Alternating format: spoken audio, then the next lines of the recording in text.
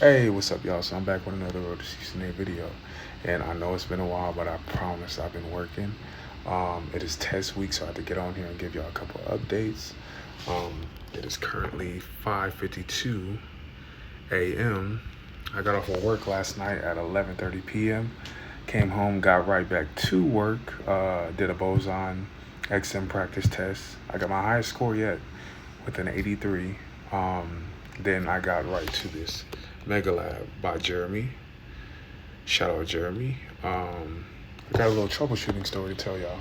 Let me get right into that. So I was configuring OSPF on VLAN 99 of Office B right here, and that's where I get a syslog message telling me that the VLAN interface was changed to up.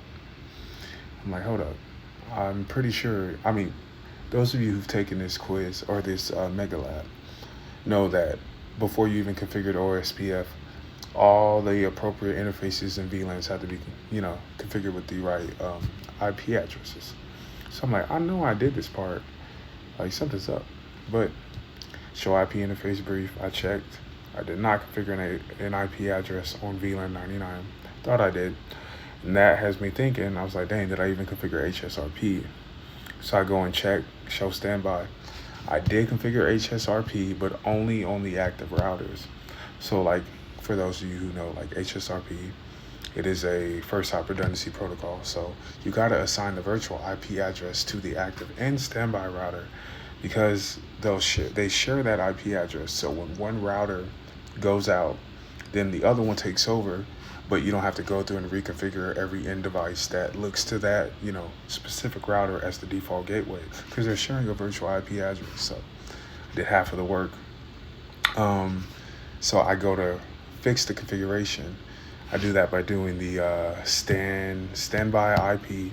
Then I assign the VIP on the backup router or the standby router, and then that's when the problem started. So once I hit that configuration, I get this duplicate address, syslog messages just constantly popping up on my screen. I'm like, hold up, bro. And they were just repeatedly just going and going. I'm like, all right, it's a lot. And mind you, I'm like 3 hours into configuring, and I'm just like, it's too late for this.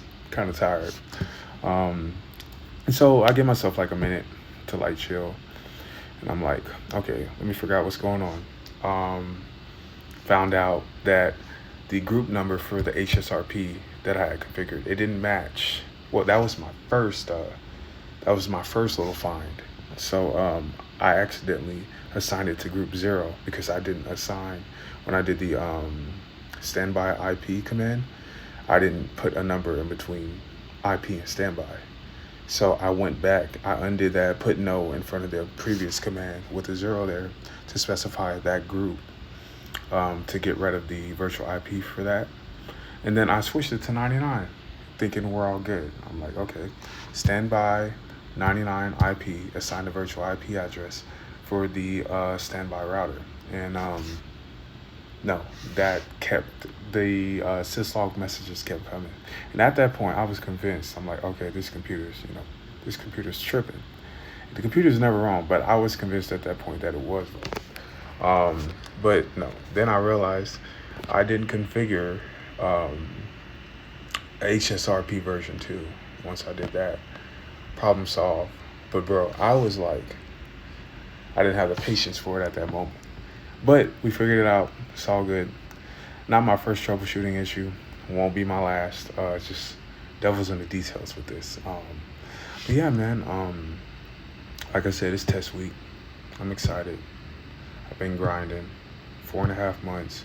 Shout out to my resources, Jeremy IT Lab, Boson Software's XM, and Wally, IT with Wally, network engineer from Denver. Yeah, I've just been using those 3 resources and staying down, and I look forward to making a I pass CCNA video for y'all. So appreciate y'all.